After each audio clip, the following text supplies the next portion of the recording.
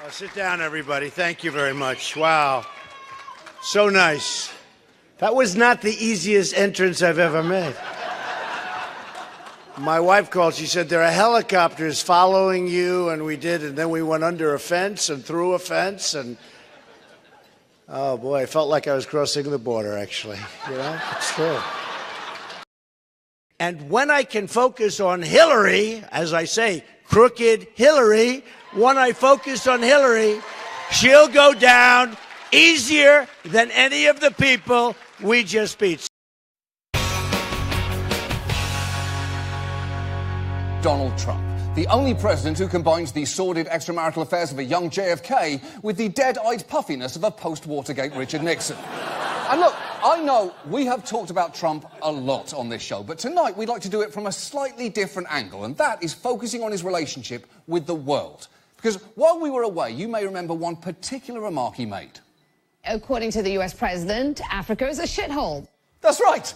He said that. He absolutely said that, except, to be fair to him, it's actually worse, because he reportedly called Africa, Haiti and El Salvador shitholes, which is just not OK. And I do acknowledge that I personally have called Belgium a shithole multiple times, but in my defence, A, I'm not president, and B, Belgium is a loathsome chocolate gulag with no objective reason to exist. So you can see that it's very different. You can see that.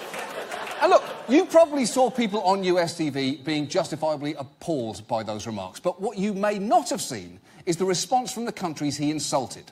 I am honestly so shocked.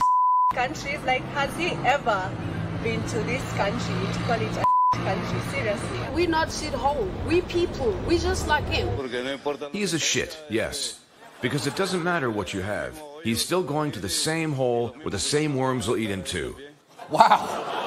You know, it says something about the Trump era that the phrase, the same worms will eat. Since Trump became president, if anything, the world is laughing harder than ever before. Because while all US presidents do get made fun of, impersonating Trump has become an international cottage industry. Israel has Trump kicking a Muslim man while dancing lewdly to Guns N' Roses. Germany has him dancing to Uptown Funk. Spain has him flipping off the world and again dancing like an idiot. And there's more. Here he is in Pakistan. Here he is in Bulgaria. Here he is in Taiwan.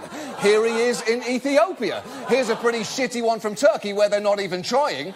Here's a Korean Trump, and here's one from an Italian comedy show singing Born in the USA on a stealth fighter before being taken out with a bucket on his head.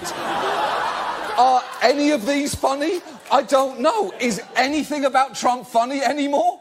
Somehow the world's most objectively laughable human has become a comedy graveyard where laughter goes to die. And in case you think any of that may have been good-natured ribbing, a recent Gallup poll shows that the world's approval rating of US leadership has dropped to 30% after being at nearly 50% just 2 years ago. That is a precipitous drop in popularity. It's the equivalent of replacing Gal Gadot in the Wonder Woman franchise with Matt Lauer. And